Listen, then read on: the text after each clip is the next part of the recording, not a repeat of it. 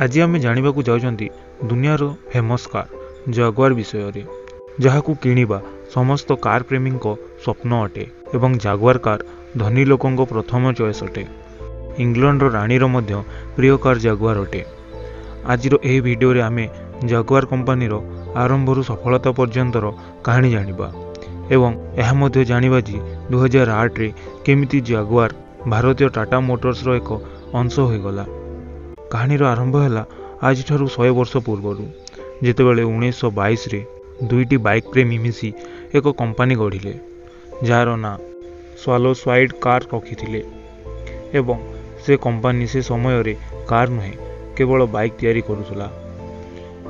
जो माने यही कंपनी खोली से ना थिला विलियम लॉयंस एवं विलियम वाल्मस्ले हेले आगो को जाई विलियम वाल्मस्ले तांको शेयर बिकिबाकू निष्पत्ति नेले एवं एहीपरि भाबे तांको शेयर को से पब्लिक रे बिकिदेले जहाँपरि यही कंपनी पुनः गठन हैला एवं एहार ना एसएस कार्स लिमिटेड रखागला। परे एसएस कार एवं स्वांडार्ट मोटर एकाठी होई कार तैयारी आरंभ कले एवं एसएस कार जो कार तैयारुथिला से कार को जागुआर ना रे लॉन्च करुथिला। जेमितिकी 1935 रे जागुआर कार कंपनी प्रथम car Jaguar SS90 sport saloon आसीथिला एवं परे SS100 मध्य लॉन्च कला। किंतु वर्तमान पर्यंत जागुआर एसएस कार कंपनी गोटे कार मॉडल ना थिला हेले 23 मार्च 1943 रे शेयर होल्डर मानक सह मीटिंग रे एही कंपनी ना को बदलाई जागुआर रखिबार निष्पत्ति नियागला। यह कंपनी ना परिवर्तन करिवार कारण थिला जे एसएस कार सुनिबा पई एते आकर्षक नथिला एवं द्वितीय विश्वयुद्ध परे एहाकू नकारात्मक मानि निया जाइथिला।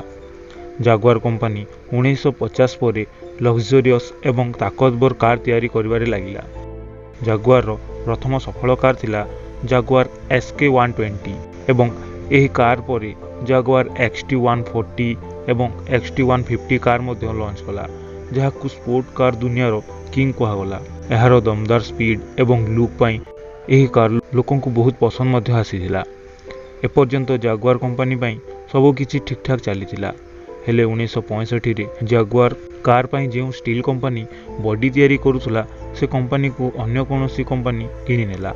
एबे जागुआर कंपनी मालिक चिंतारे पड़गले एवं तांकर चिंता को कम करिया पई तांकर कोनोसी संतान मध्य नथिला एवं एही सबु कारण पई 1966 मसीह रे एही कंपनी मालिक जागुआर को ब्रिटिश मोटर्स कॉर्पोरेशन को बिक्री करदेले। किंतु एहा परे जागुआर आउ एते सफल रहिला नाही एवं किछि समय परे फोर्ड जागुआर कंपनी को निजर एक अंश कला हेले फोर्ड पाई जागुआर एक लॉस डील रहिथिला जहा फल फोर्ड कंपनी 2008 रे जागुआर एवं लैंड रोवर को आम भारतीय कंपनी टाटा मोटर को बिक्री करदेला एवं यही परि भाबे जागुआर भारतीय कंपनी टाटा मोटर एक अंश हो गला एवं 2011 रे जागुआर कार पाई टाटा मोटर पुणे रे एक प्लांट खोलिला एवं वर्तमान जागुआर भारतर टाटा मोटर एक अंश अटे। ये थिला जागुआर कार रो आरंभरू सफलतार कहानी। आशा करी वीडियोटी आपको पसंद आसीथिबो। एहीपरि वीडियो पाई चैनल को सब्सक्राइब करंतु।